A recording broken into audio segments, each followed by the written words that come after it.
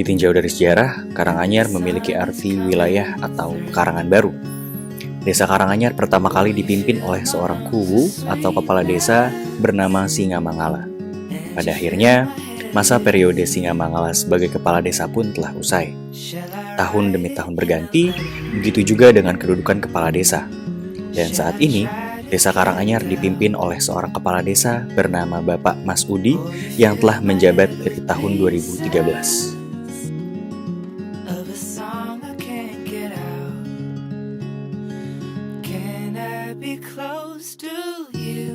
Desa Karanganyar terletak di Kecamatan Dukuturi, Kabupaten Tegal. Mata pencahariannya merupakan buruh harian lepas, karyawan swasta, wirausaha, dan ibu rumah tangga. Desa Karanganyar memiliki luas wilayah 64,30 hektar.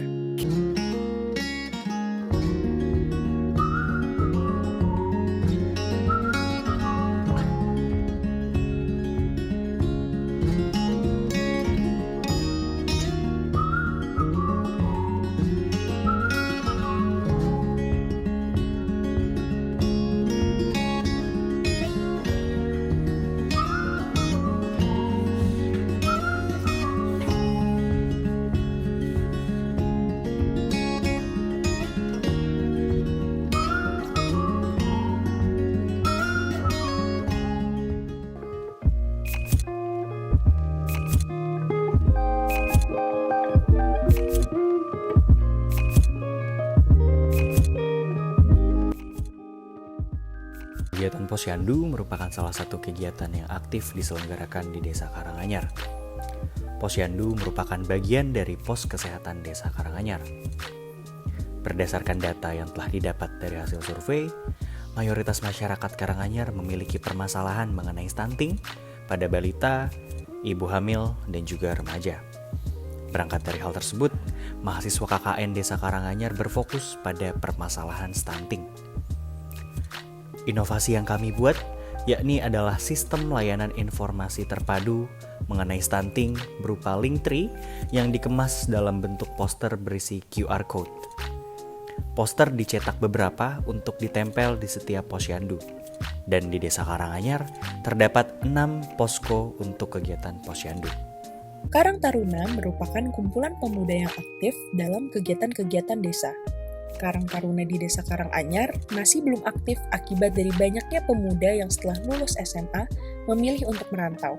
Namun setelah pandemi COVID-19, banyak pemuda yang merantau kembali ke Desa Karanganyar, sehingga Desa Karanganyar memutuskan untuk kembali aktif dalam organisasi Karang Taruna.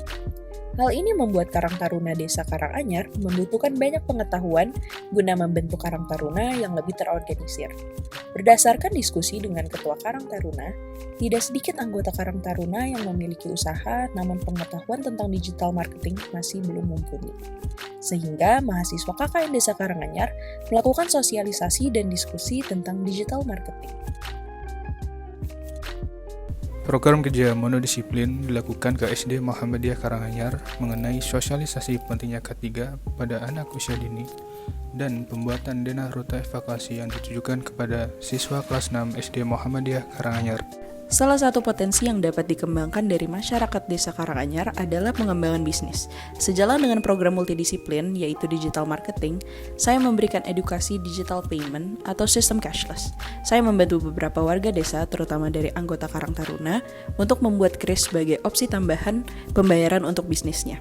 Selain itu, saya juga membuat flyer mengenai bahaya pinjaman online ilegal, serta mendistribusikannya ke pertemuan kader PKK desa.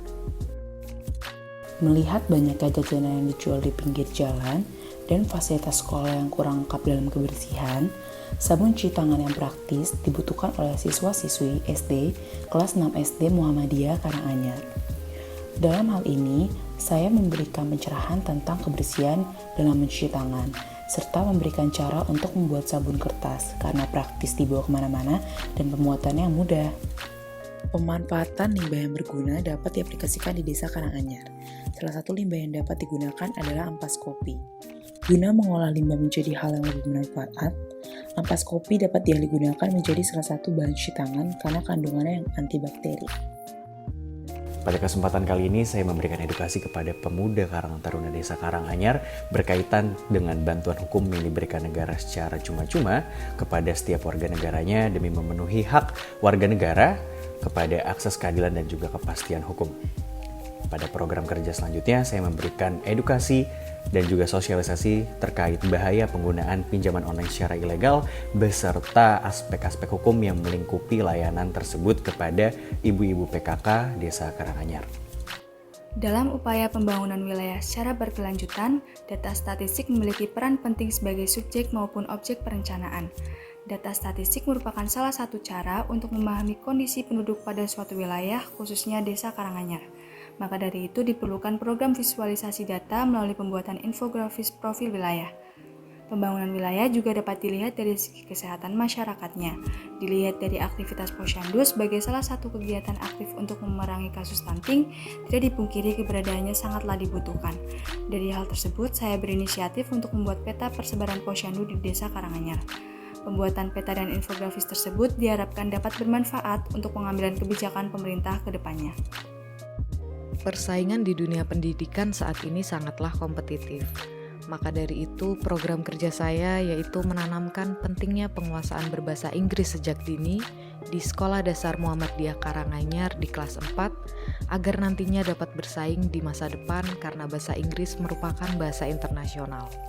Di samping itu, saya juga mengajarkan beberapa materi diselingi permainan agar siswa tidak mudah bosan dalam proses kegiatan belajar mengajar.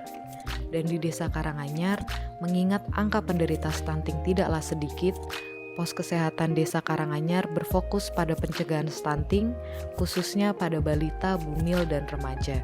Dan maka dari itu, program kerja saya yakni berkontribusi dalam pengedukasian mengenai stunting yang berfokus pada pencegahan anemia, terutama pada remaja putri. Kemampuan bahasa asing merupakan salah satu kemampuan yang harus dimiliki pada saat ini. Selain bahasa Inggris, siswa diharapkan mampu meningkatkan kemampuan bahasa asing. Contohnya, mencoba mempelajari bahasa Jepang. Melalui program kerja ini, saya mengajak siswa kelas 6 SD Muhammadiyah Karanganyar untuk mengenal huruf Jepang yang terdiri dari hiragana, katakana, dan kanji. Berdasarkan hasil observasi pada siswa kelas 6 SD Muhammadiyah Karanganyar, mereka memiliki minat yang tinggi untuk mempelajari hal baru, khususnya bahasa dan kebudayaan Jepang. Cara mudah mempelajari bahasa Jepang, salah satunya yakni latihan menulis huruf Jepang. Shodo adalah seni tradisional menulis karakter atau huruf Jepang menggunakan tinta di atas sebuah kertas. Harapannya, dengan diadakan kegiatan ini dapat memberikan manfaat bagi siswa kelas 6 SD Muhammadiyah Karanganyar, khususnya dalam meningkatkan kemampuan berbahasa asing. Beberapa program monodisiplin saya adalah pengadaan kotak P3K, poster, serta stiker yang berisi tentang K3 Safety. Selama melaksanakan program monodisiplin, saya memberikan kotak P3K serta menempelkan poster dan stiker yang berisi tentang kesehatan dan keselamatan kerja, dan juga berisi tentang pengecekan alat kerja sebelum kegiatan produksi dilakukan. Sasaran yang dituju adalah para pelaku UKM mebel serta industri pemotongan kayu di Desa Karanganyar. Tujuan dari proker adalah agar dapat menciptakan kondisi lingkungan kerja yang aman dan nyaman, serta penggunaan alat pelindung diri dengan baik, dan selalu berhati-hati dalam melakukan pekerjaan.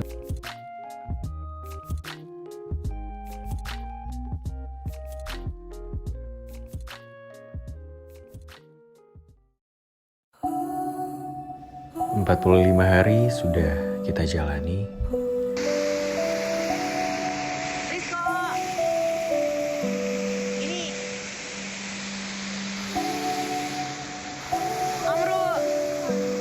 Banyak pengalaman baru yang kita lalui.